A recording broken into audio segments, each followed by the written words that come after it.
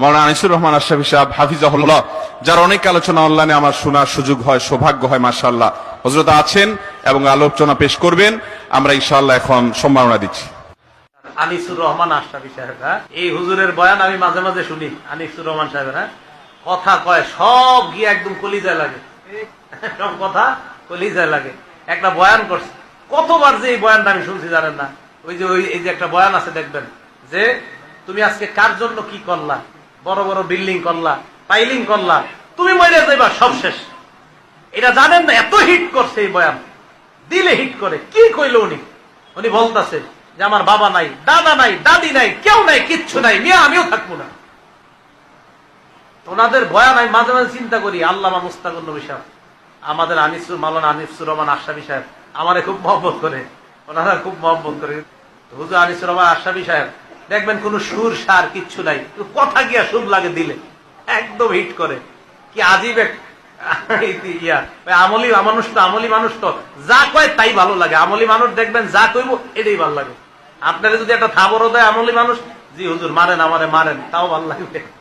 যাই হোক, আমলি মানুষদের কাছে বেশি বেশি যাবেন, যারা আমল করে তাদের কাছে খুব বেশি যাবেন। দুনিয়া বড় স্বার্থপর, দুনিয়া কাউরে জায়গা দেয় না, দুনিয়া কাউরে জায়গা দেয়। এত মজবুত পাইলিং করে যে বিল্ডিং বানাইলাম, দুনিয়া তারে থাকতে দেয় না। যা বেটা যা, যা তুই লাথি দিয়া বাড়ি যা, কবরে যা, কবরে যা। দুনিয়া কাউরে থাকতে দেয়। দুনিয়া কত ক্ষমতা ধরকে মাটির নিচে ফেলায় দিছে, দুনিয়া কত সম্পদ আলাকে মাটির নিচে ফেলে দিছে, দুনিয়া কত সুন্দরী নারীকে মাটির নিচে ফেলায় দিছে, মাটির সাথে রেজা রেজা করে ফেলছে। আজ আর চেহারা নাই, আজ আর রূপ নাই, আজ আর যৌবন নাই, আজ আর ক্ষমতা নাই। এমনও বাদশা ছিল পৃথিবীতে যার হাতের আঙ্গুলের ইশারায় মানুষের গর্দান উড়াইয়া দিত, যার হাতের ইশারায় উঠত মানুষ, বসত মানুষ। আজ বাদশারা নাই, আজ সম্পদওয়ালারা নাই, আজ মালওয়ালারা নাই। দুনিয়া কাউরে থাকতে দেয় না, কাউরে না দোস্ত, কাউরে দেয় না। দুনিয়া দাদারে আমার থাকতে দেয় নাই।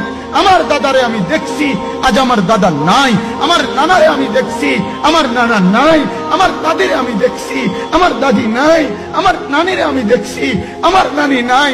আমার বাবারে আমি দেখছি, 14 লক্ষ টাকা বাবার পেনশনের আমি সব ডাক্তারের পিছনে খরচ করে ফেলছি, বাড়ির ফসলের জমি বিক্রি করে ফেলছি। আমার বাপ যেন না মরে বারবার বারবার হসপিটালে নিছি, কিন্তু দুনিয়া আমার বাপকে থাকতে দেয় না। আমার বাপ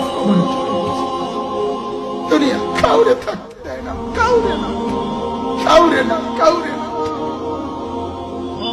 কাউরে না। আমার বাপ দুনিয়া কাউরে থাকতে দেয় না। তুমি থাকবা না, তুমি থাকবা না। দুনিয়ার ধোকায় পড়ো না, বাবা, দুনিয়ার ধোকায় পড়ো না। মাকে বুঝা, আজ মারা বেসামাল হয়ে গেছে, আজ বোনেরা বেসামাল হয়ে গেছে, বেপর্দার উৎসব তুলে দিছে। এটা যেন আল্লাহর সাথে যুদ্ধ করছে। আল্লাহ করোনা না, তুমি আরো কিছু দাও, আমরা বেপরদিগি ছাড়বো না। যুবক ছেলেগুলো যেন বলতেছে, আল্লাহ তুমি করোনা দেওয়ার চাই দাও, অশ্লীল ছবি দেখা, ফেসবুকে নর্তকী দেখা, আমরা ছাড়বো না। দেখি তুমি কি করতে পারো, তুমি যা করার করো।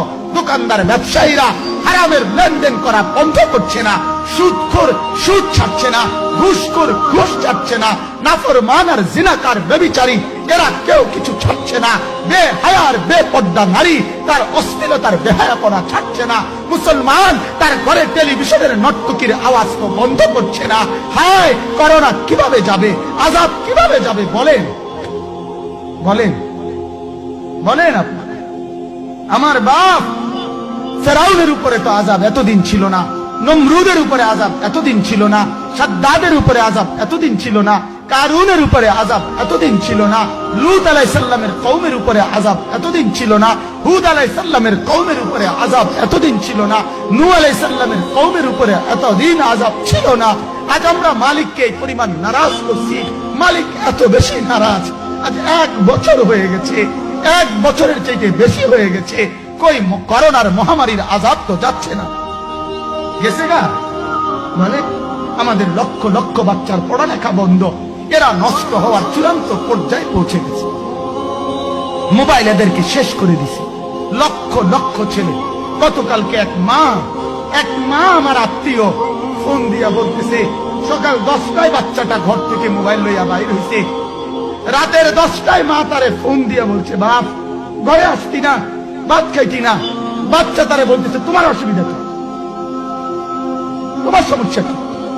মা এই কথা বইলা কায়দা দিছে যে শোনেন হুজুর হুজুর দোয়া করো। এক বাচ্চা এক ছেলে সে যদি তার মাকেই কথা বলতে পারে, তার মানে গুনাহ তারে এত মজা দিয়া দিছে, ফেসবুক তারে এত মজা দিয়া দিছে, ইউটিউব তারে এত মজা দিয়া দিছে, নর্তকী তারে এত মজা দিয়া দিছে, গুনার দৃশ্য তারে এত মজা দিয়া দিছে, সে মাকে ধমক দিচ্ছে। রাত 10টা বাজলে কি হইছে, রাতের 3টা পর্যন্ত দেখলে তোমার সমস্যা কি? আমার আখিরাত আমি নষ্ট করলে তোমার অসুবিধা কি? আমার জাহান্নাম আমি ঠিক করে নিলে তোমার সমস্যা কি? আহ আহ আহ আল্লাহ আমাদেরকে মাফ করুন।